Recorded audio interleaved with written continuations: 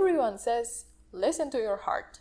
Only that can lead to a very spontaneous wedding in Vegas and an even quicker divorce. So why does everyone keep saying that? Well, to answer that, we need to look at it from 3 different perspectives. Where it doesn't work, where it helps, and what's missing from the whole picture. Let's start with where it doesn't work. When your intuition is dulled by your physical or emotional state. You know that feeling when you have to go to the bathroom, like really badly? You've been driving for hours, there's nowhere to stop, but you really need to go. There's no way you're thinking about your life problems when you have to go to the bathroom. No chance. So a very similar thing happens with our intuition. When you're trying to make a decision, listen to your intuition after 4 hours of sleep. There's no chance it works. Never make a decision when you're hungry, angry, lonely, or tired, right? Each one of them forces you to take care of your basic needs first. Your intuition doesn't work when you have a brain fog, when your brain is in the fight or flight mode. And when you're tired, that's probably the most dangerous one, because when we're making the decision, it can feel right. But then you get a few hours of good night's sleep and surprise, surprise, you made the wrong decision because you were just trying to get this over with.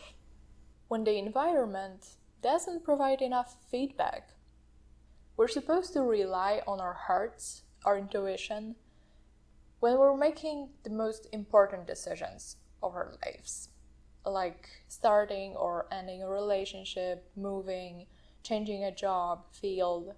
And the intuition is supposed to ultimately help us make the decision. But how does it even work? How do you know deep down what's right? Let's bring it back to Earth. How do you know milk in your fridge has gone bad before you even open it?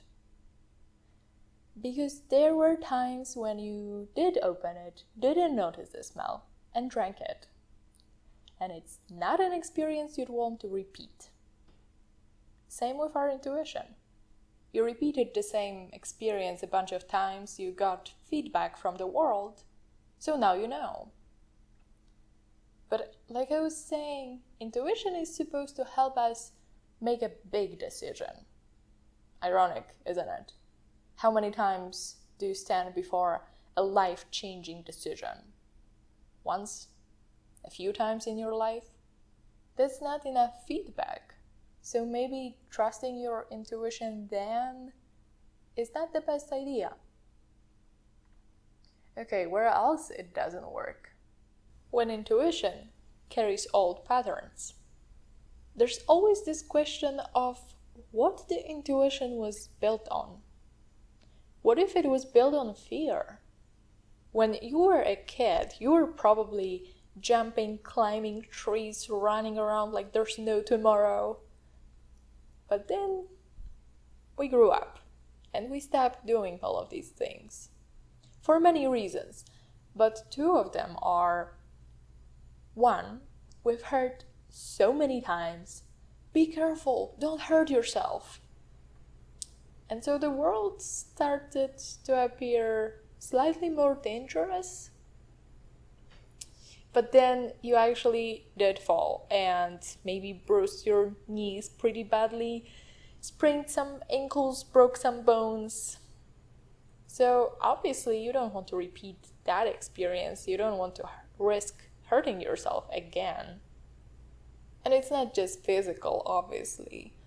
We're afraid of breaking social norms. We are afraid of not being who we're supposed to be for ourselves and for others.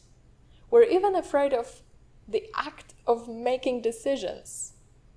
So if our intuition was built on beliefs that are designed to hold us back, maybe it's not the best idea to listen to it.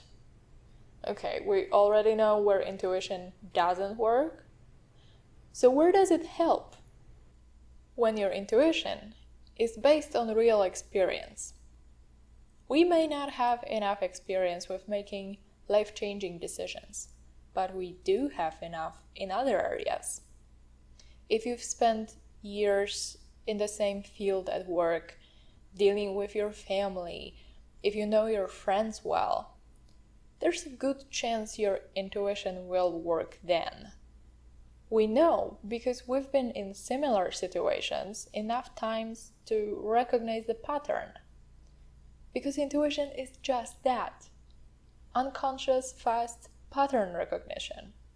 Your brain notices the patterns long before you are aware of them.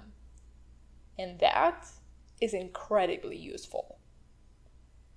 When your body detects danger long before your conscious mind. Signals from the body tell us a lot before our conscious mind even has a chance to catch up. Physically, if a mosquito is biting you, you'll get rid of it as soon as you feel that sting. You can't even see it, but you know it's there. And we also get more subtle signals aimed at everything going on in our environment. Like when your body tenses up after that one look from a friend, you ask what's wrong and they say, nothing, everything's fine. And a few minutes later, you end up solving the problem that in fact did exist when you noticed that look. When you've been living for other people, if you're constantly asking what everyone else around you needs before you ask yourself what you need, there's a good chance your intuition will work if you're trying to decide what's good for you. It will probably tell you to do what you'd call selfish.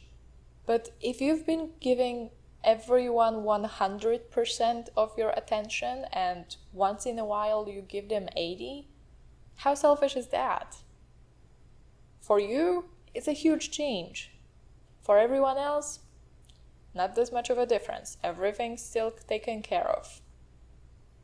When you've spent years operating from logic, making decisions based on logic makes sense, right? Until 10 years of your life is gone and you're sitting there wondering, what the hell was I thinking? Choosing a safe option, stable option, logical option felt good at the time, until it wasn't. Operating from logic has its consequences. We become these robots programmed to make the most optimized choice. But when you've spent years doing that and you're lost, maybe it's time to check in with your feelings. And that leads us to what's missing from the whole picture. A combination of both, logic and intuition. When you're standing in front of a big decision, it has to make sense. It has to check all the boxes. If you're choosing a partner, it has to be the one that you can realistically build a future with. If you're choosing a job, it has to be the one that at least satisfies your basic needs. If you're moving, it needs to be to a place that makes sense. But in the same time, if you're choosing a partner, you need to choose the one that you actually love. If you're choosing a job, it needs to be the one that gives you something more.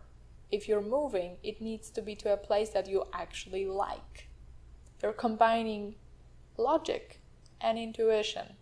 One doesn't go without the other. Logic without intuition can make you miserable. And intuition without logic can very well do the same. So yeah, listen to your heart. But in the meantime, check what makes sense.